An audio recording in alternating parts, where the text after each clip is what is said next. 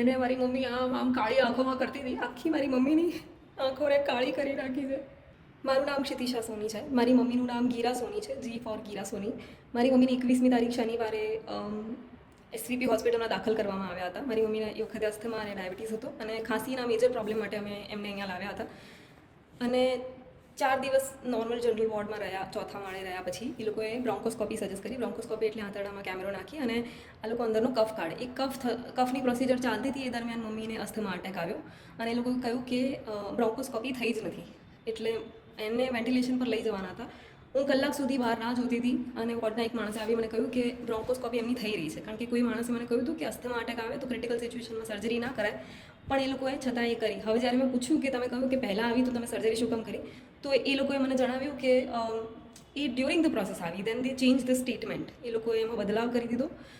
મારી મમ્મીને 10મા માળે આઈસીયુમાં લઈ ગયા, જે 4-5 દિવસ રાખી. મારી મમ્મીની સિચ્યુએશન ખરાબ થતી જ જાય છે. હવે આ લોકો કહે છે કે એમના પેટમાં પાણી ભરાઈ ગયું છે, જે ખેંચવું પડશે.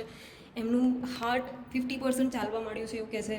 રોજ મને કંઈક ને કંઈક પેપર સાઇન કરાવીને જાય છે, જેમાં લખ્યું હોય છે કે હવે મમ્મીનું લીવર આમ છે, હવે મમ્મીનું હાર્ટ આમ છે, મમ્મીના શરીરમાં કાર્બન ડાયોક્સાઇડ વધી રહ્યું છે અને ઓક્સિજનનું પ્રમાણ ઓછું થઈ રહ્યું છે.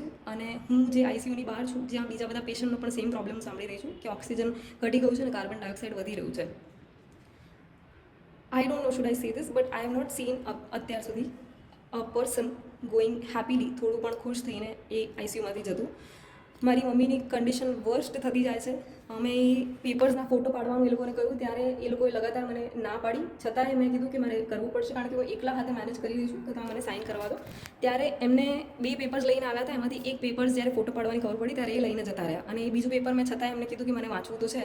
તો એમાં લખ્યું હતું કે કિડની પણ ડેમેજ થઈ શકે છે, આ પણ ડેમેજ થઈ શકે છે. એટલે મેં એમને પૂછ્યું, મેં કહ્યું તમે આ શું બધા અવયવો સાઇન કરાવવા માગો છો? કે મારી mummy, it seems like my mother is a rat and they are keep doing some પ્રયોગ કે આયુષ્માન કાર્ડના ફ્રીના પ્રયોગો કરી રહ્યા છે આ લોકો.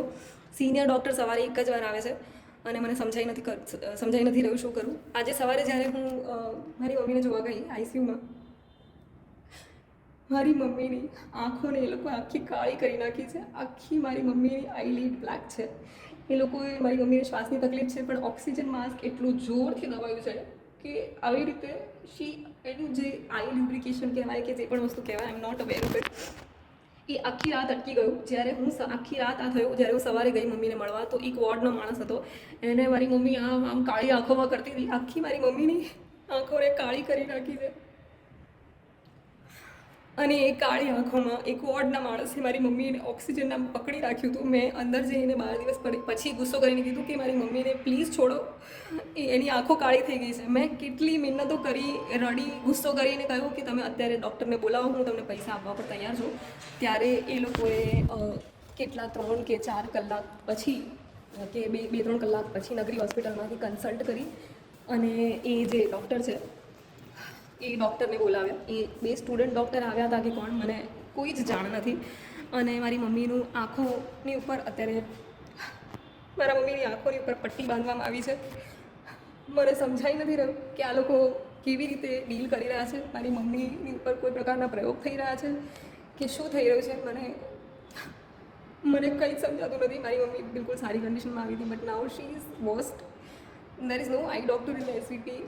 એ આઈ ડૉક્ટરને બોલાવતા પણ આ લોકોએ નાકે દમ લઈ લીધો. જો મેં ગુસ્સો થોડો પણ ના કર્યો હોત તો એ આઈ ડૉક્ટરને પણ આ લોકો બોલાવી જ નથી રહ્યા સાંજ સુધી. હવે એ લોકો બહાર આવીને કહે છે કે મારી મમ્મીનું જે આંખો જે છે એ કાળી થઈ ગઈ છે, અત્યારે પટ્ટી બાંધી છે એકદમ. અને એ આંખો જે છે એમાં એક નસમાં કે કોઈ વસ્તુમાં હેમરેજ થઈ રહ્યું છે. અને મારી મમ્મીએ અત્યારે હાથ પણ બાંધી દીધા છે. She is getting worst.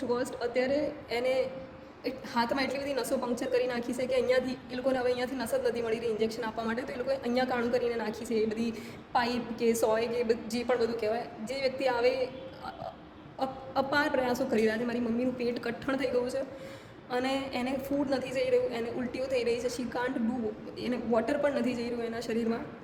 આંખો પર પટ્ટી છે, ઓક્સિજન છે, ફૂડ પાઇપ છે, અહીંયા દવાનું ઇન્જેક્શનનું બધું છે. મને સમજાઈ નથી રહ્યું કે ભવિષ્યમાં મને જ્યારે કોઈ કહેશે કે એસવીપી હોસ્પિટલમાં દાખલ થવાય, મારી ખરેખર ના છે. બિકોઝ